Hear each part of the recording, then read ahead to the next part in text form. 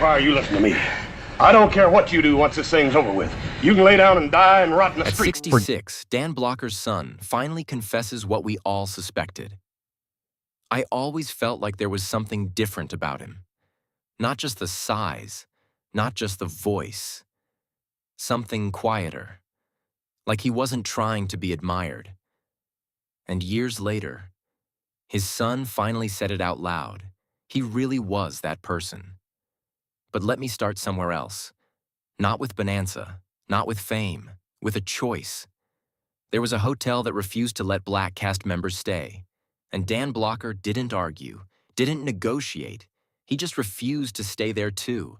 No spotlight, no headlines, just, if they're not welcome, I'm not welcome. And I remember thinking, that's not something you fake. That's who you are when nobody's watching.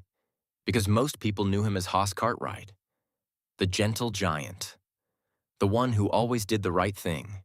And honestly, it almost felt too perfect, like a character designed to be loved. But the truth is, that wasn't just a character. That was him, not perfectly, not all the time, but more often than you'd expect. And his story doesn't begin anywhere near Hollywood. It begins in Texas. Born unusually large, around 14 pounds, and growing into this massive presence that people noticed instantly.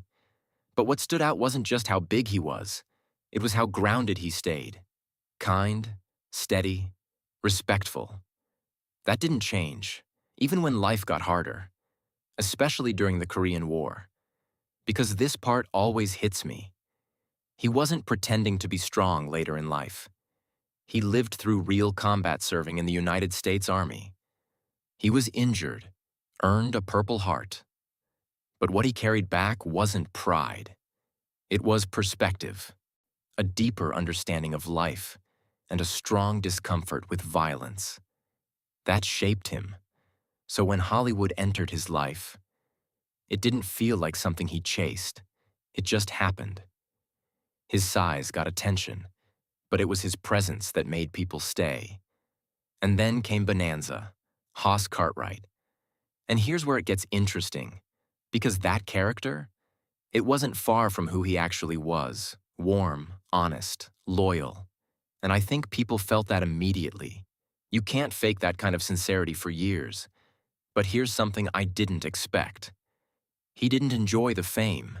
Not really. In fact, he tried to step away from it. Moved his family to Switzerland, not for work, for peace, for privacy, for something normal. That says a lot, because most people in his position lean into the spotlight. He leaned away from it. But even someone like him had struggles. He loved food, really loved it. His appetite was almost legendary.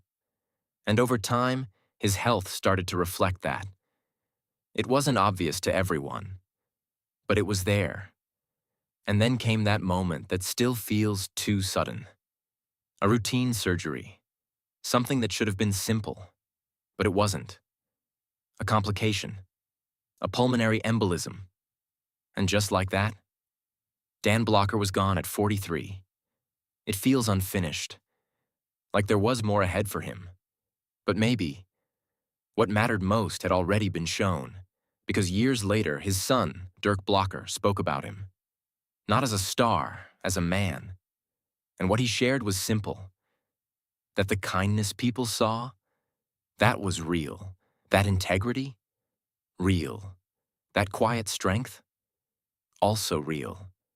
And I think that's why his son chose a different path. Less fame, and less pressure. Almost like he saw what the spotlight does, and decided he didn't need it. And maybe that's what stays with me the most. Because this isn't just a story about a TV legend. It's about a man who had every reason to chase fame, but chose something deeper instead. And somehow, that's why people still remember him.